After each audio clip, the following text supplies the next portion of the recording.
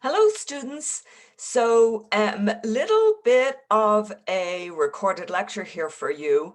I thought you might like it presented this way because I need to introduce you to a concept in probability that involves the use of the binomial expansion, which you may never have heard of before, but I find it pretty easy to understand.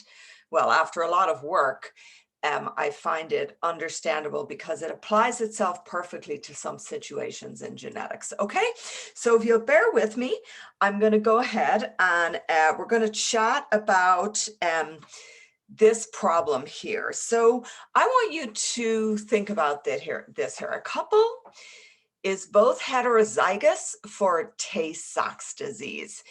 If you're interested, Tay-Sachs is a pretty nasty disease that causes destruction of the central nervous system.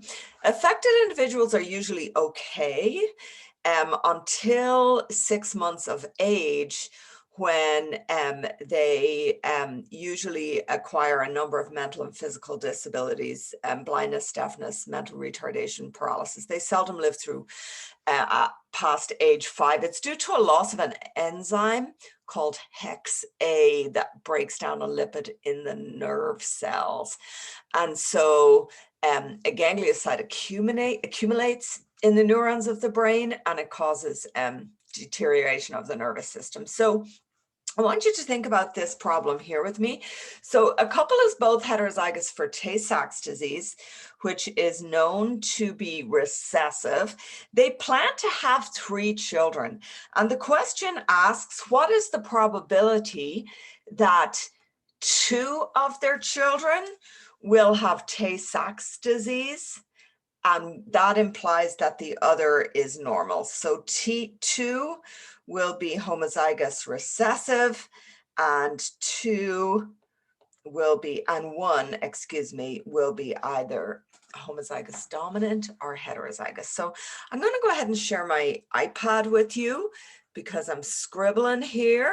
So let's go ahead and get that signed up and look with me. I wrote out the problem here. And so here is the couple.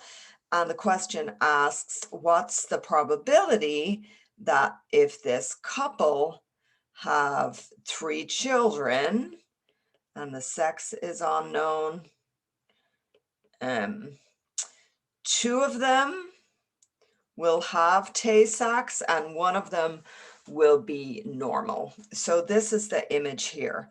Now, you might be tempted to say, okay, that probability is 1/4, because that's the probability of homozygous recessive from 2 heterozygous parents, times 1/4, because we're looking for the probability for 2 children, times 3/4, which is the probability of a normal individual. And you know, you'd be partly correct. The trouble is, this only represents 1 birth order. And so we have to think sometime about, is there different birth orders? Or the other way I like to think of it is there more than 1 way something can happen?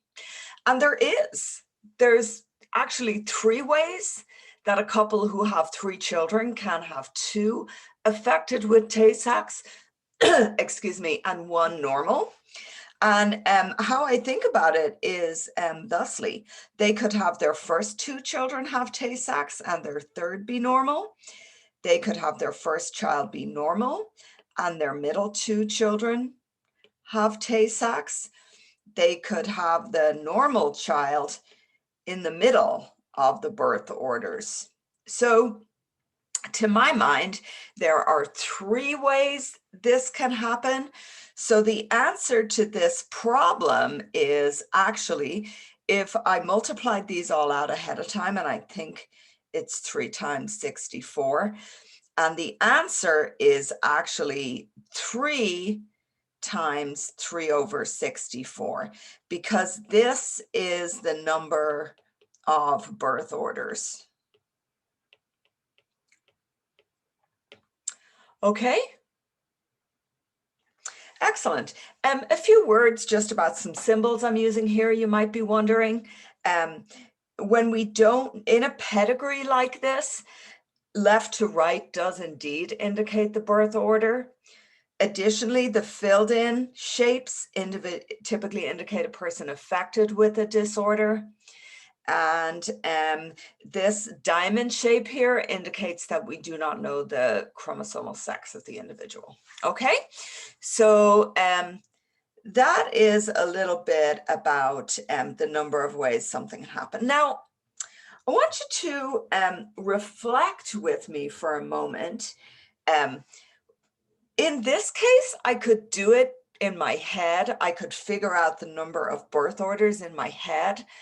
But what if the question asked a couple had 5 children, and let's say 3 had Tay-Sachs and 2 were normal? Then you got to agree with me that figuring out the number of birth orders or the number of different ways it can happen is a little bit more complicated. Okay, so yeah, so we're going to learn how we can use the binomial expansion or binomial coefficients to address this problem. Okay, so what I want to teach you about is the binomial coefficient, and I'm going to teach you how to calculate it. So the binomial coefficient will give us the number of ways it can happen. In other words, the number of birth orders is the way to think about it.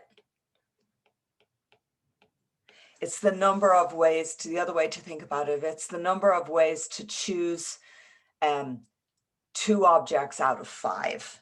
So, you know, if I have 5 objects, it's the number of ways that I can arrange where 2 are of one kind and 3 are of another.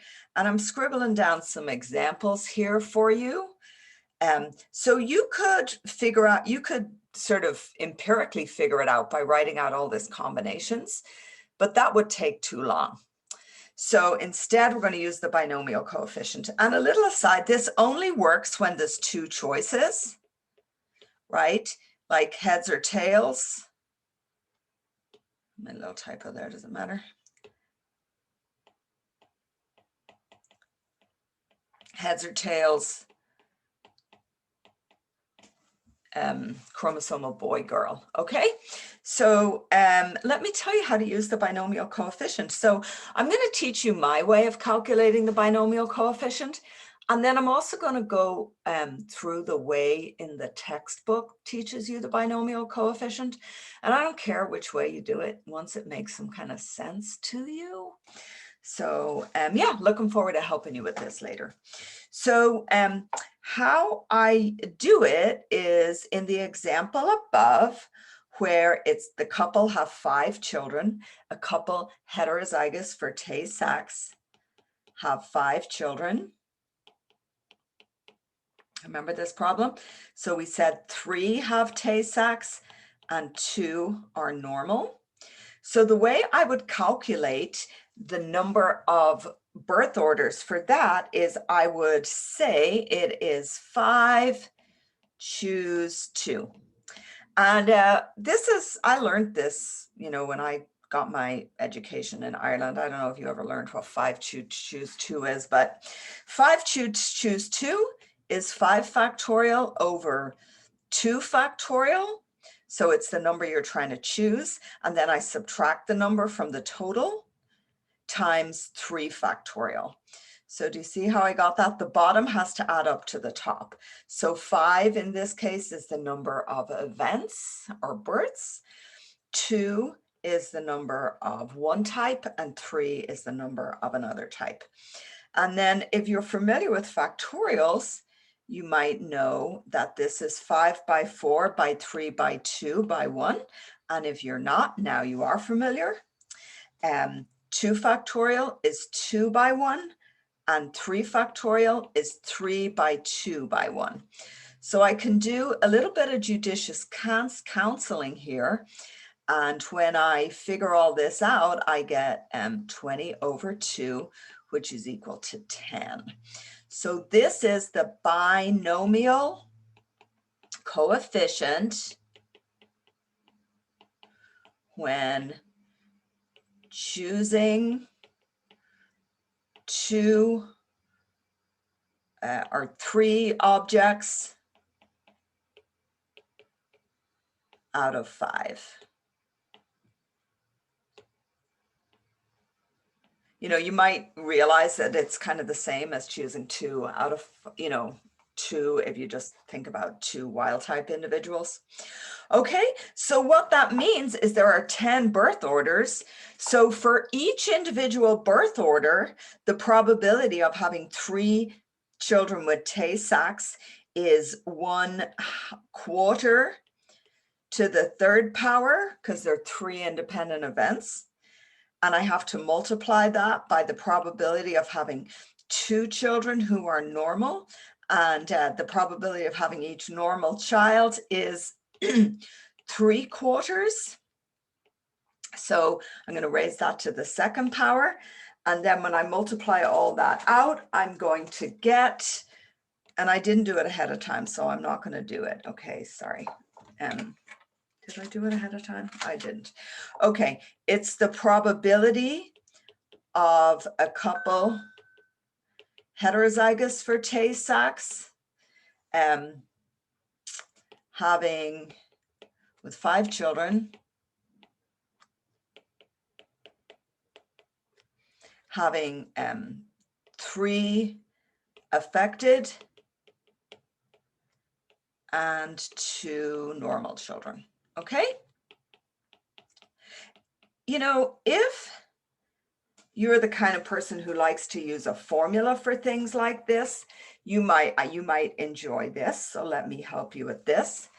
The other way to think about it is as follows. So if we're trying to calculate a binomial coefficient, we can use the formula n factorial over k factorial times n minus k factorial. And in this case, n is equal to the number of objects.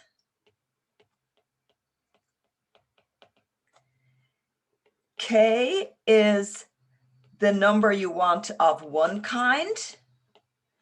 And n minus k is the number of the other kind. Remember, we can only do this if we just have 2 choices, binomial.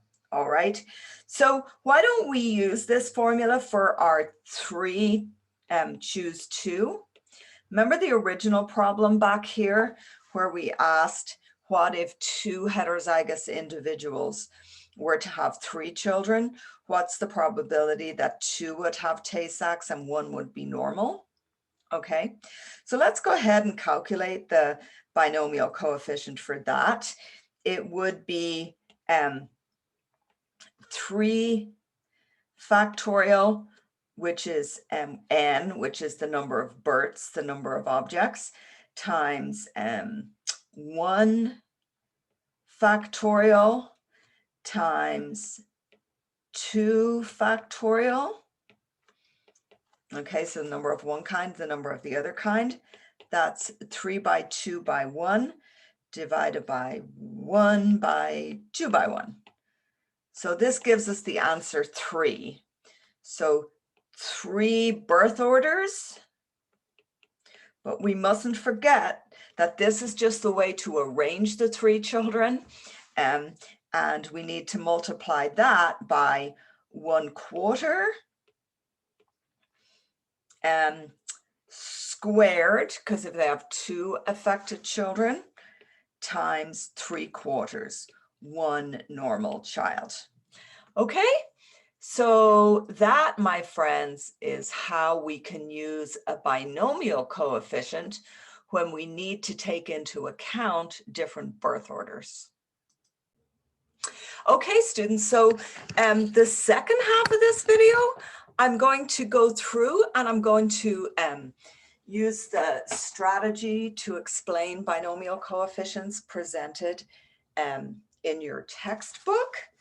And I don't know, do I need to know? Yeah, page 56, 57. And after you've watched these videos, there's a worked problem in your book, worked problem number 2. I recommend you work through that. Worked problem 2 in your text. And then you'll be all set up to do, I think it's a couple of your homework problems. And a couple of your homework problems are 27 and 35. And some parts of 26. Okay, so let me talk to you about the binomial expansion. So I showed you how to use like just choose choose k times n minus k to calculate just the coefficient, just the number of ways to arrange objects. The binomial expansion is kind of cool. Gives us all the possibilities in a certain number of events.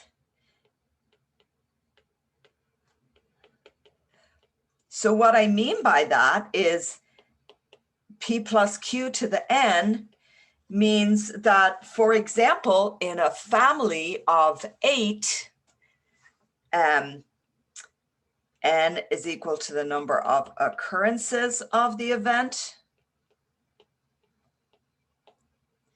It's all the different combinations of boys and girls you can get in a family of 8, say. You can have 1 boy and 7 girls. You can have 2 boys and 6 girls. And you can do the birth orders all different ways. So isn't that kind of wild? This gives you all the possibilities. So let me write that down for you. So n is the number of occurrences of the event. P is equal to probability of 1 event, let's say girl. N would be the number of children. Q is equal the second event, and that would be boy, say. So if I expand p plus q to the 5th power, that will tell me in all families of a size of 5, it'll tell me how many possible combinations of girls and boys there could be. Okay, so that's what the binomial expansion gives us. So how do you expand a binomial? Well, the author of your text explains it actually pretty nicely. So let me show you how it goes. P plus q to the 5. I know that the binomial expansion is going to contain 1, 2, 3, 4. It's going to contain 6 terms. It's going to contain 1 more than the number of n. And it has a pattern that's really intuitive to you. So I think you're going to like it. So the first is I write p to the 5. And then it's plus, and then it's p to the 4q plus p cubed q squared plus p squared p cubed plus pq to the 4th power plus q5. So you see the pattern here? P gets smaller all the way. Oh, I made a typo. Whoops. P gets smaller each time and Q gets bigger. So this would be 5 boys. This would be 4 boys, 1 girl, 3 boys, 2 girls, etc., etc., etc. Now, the number of arrangements, the coefficients aren't written in here yet. And the coefficients are, this is 1, this is 5, this is 10, this is also 10, this is 5, and this is 1. And I can get those coefficients from Pascal's triangle. So if you ever seen a Pascal's triangle, it looks like this, where, yeah, it's pretty cool. So then what I do is the sum of the 2 on the outside give me the 1 in here. So that's 3. And that's going to be 1, and there's 1, and that's going to be 4, 6, 4, 1, and this is going to be 1, 5, 10, 10, 5, 1, and so I need this one here to fill in the coefficients. So all of these are the coefficients here. There's a 1 there. Okay, that's a 10. Okay, so they're the coefficients.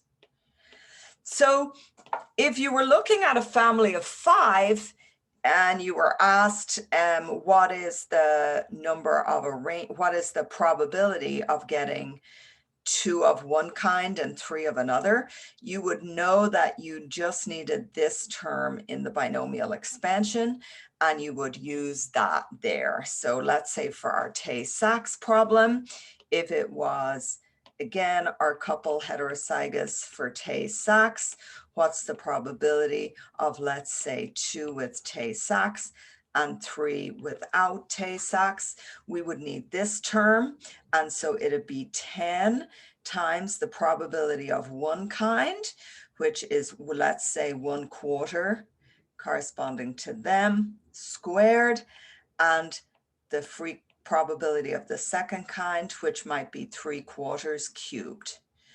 Okay, so enjoy your homework, and yeah, bring your questions to class. I'm looking forward to them. Bye-bye.